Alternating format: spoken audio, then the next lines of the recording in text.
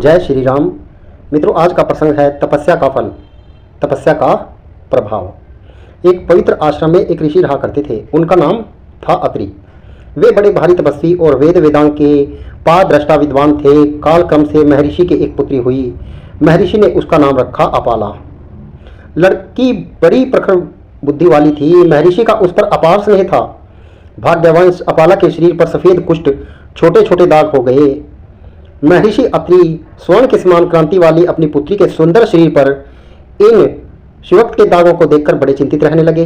महर्षि ने उनकी चिकित्सा के लिए अनेक औषधियों का प्रयोग किया, परंतु जो जो उनकी चिकित्सा उपाय किए त्यों तो ये सफेद दाग अधिक अधिक बढ़ने लगे। ऋषि ने भाग्य के विधान के आगे अपनी पराजय स्वीकार कर उसकी चिकित्सा बंद कर दी। अपने एक शिष्य के साथ उसे भी शास्त्र का अध्ययन कराने लगे। बालिका भी इतनी बुद्धिमती और सुमधुर कंठ वाली थी कि स्वल्प समय में ही सारे शास्त्रों को कंठस्थ कर कोकिल के समान सुरीले कंठ से उच्चारण करने लगी। महर्षि अपनी पुत्री की इस विद्वता से बड़े प्रसन्न हुए। पुत्री भी सब शास्त्रों में निपुण हो गई और विद्या के बल से बड़े बड़े विद्वानों को शास्त्र में पराजित कर देती थी। समय पाकर अपाला के शरीर से में यौन के चिन्ह प्रकट होने लगे और ऋषि को अपनी पुत्री के योग्य वर की प्राप्ति की चिंता हुई। खोज करते करते उनको एक कृशाश्व नामक का ऋषि कुमार अपनी पुत्री के सर्वथा उपयुक्त वर प्रतीत हुआ। महर्षि अत्रि ने उस ऋषि कुमार कृशाश्व के साथ अपाला का विवाह अग्नि की साक्षी को संपन्न कर दिया। महर्षि अपनी पुत्री को योग्य वर को देकर अत्यंत प्रसन्न थे। अपाला भी योग्य पति को पाकर अपने भाग्य की प्रशंसा करती थी। अपाला अपने पति के साथ ससुर गृह में चली गई। वहां पर वह अपने शील, प्रतिव्रत तथा विनय से सास और ससुर की स्नेह भाजन बन गई। सुखपूर्वक अपना गृह कार्य संपन्न करती हुई सभी को प्रसन्न रखने लगी। पतिदेव भी उससे अत्यंत प्रेम करते थे। एक दिन पतिदेव ने उसके शरीर पर उन सफेद कुष्ठ के चिन्हों को देख लिया। उनका प्रेम का प्रभाव अचानक सूख गया और वे उसके प्रेम के स्थान पर घृणा करने लगे। पतिदेव को इस प्रकार अपने से विरक्त देखकर एक दिन अपाला ने विनीत भाव से निवेदन किया, पतिदेव, आप मुझसे अत्यंत प्रेम करते थे, आज अचानक आप मुझसे इतने विरक्त क्यों दिखाई पड़ते हैं? क्या प्रेम पर वासना की विजय हो गई? आप मेरी इतनी अवहेलना क्यों कर रहे हैं? इस प्रकार अपाला ने अनेक प्रकार से पति को समझाने का प्रयत्न किया, पर जब उसे यह जान पड़ा कि पति उसे रखने को तैयार नहीं है, तब वह तुरंत उस आश्रम को छोड़कर अपने पिता के आश्रम की ओर चली गई।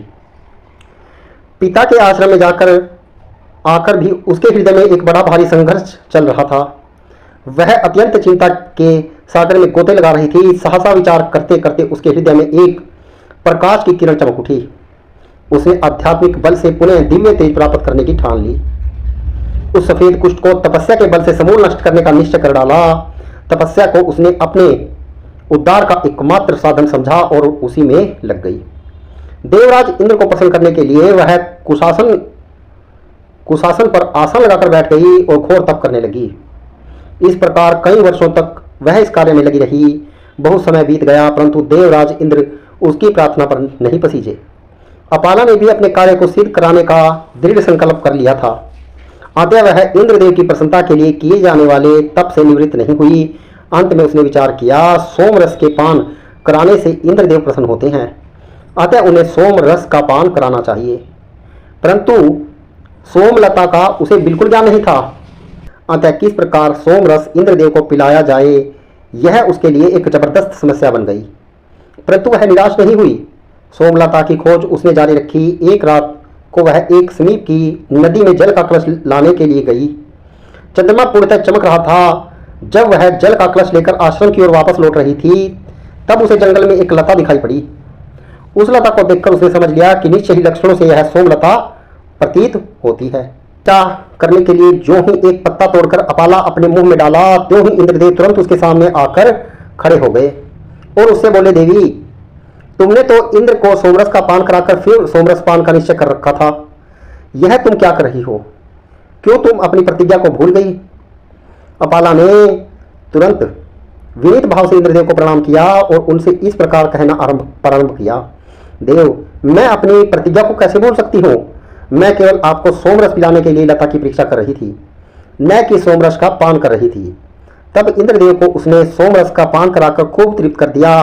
इंद्रदेव तृप्त होकर उससे बोले, देवी मैं तुम पर अत्यंत प्रसन्न हूँ, तुम जो वर चाहो वर मांगो। अपाला ने कहा, महाराज यदि आप प्रसन्न हैं तो मेरे पिता के सिर पर बाल नहीं हैं, अतः वे पुनः उग आए।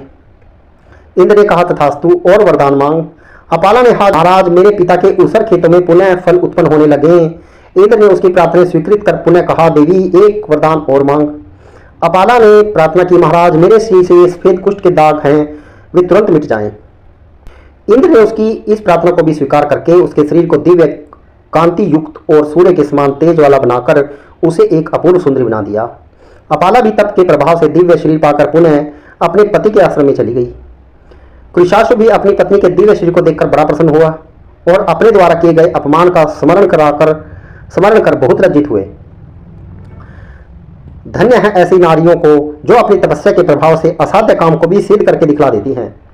ऐसे नारियों के गौरव से ही भारत आज भी विश्व के सामने सगर्व मस्तक उद्यत किए खड़ा है। ऐसी आदर्श नारियां ही हमारी आधुनिक माताओं के लिए एक प्रकाश की किरण बनी हुई हैं। यह प्रसंग अच्छा लगे, यह कथा अच्छी लगे, शेयर कीजिएगा। जय श्री राम।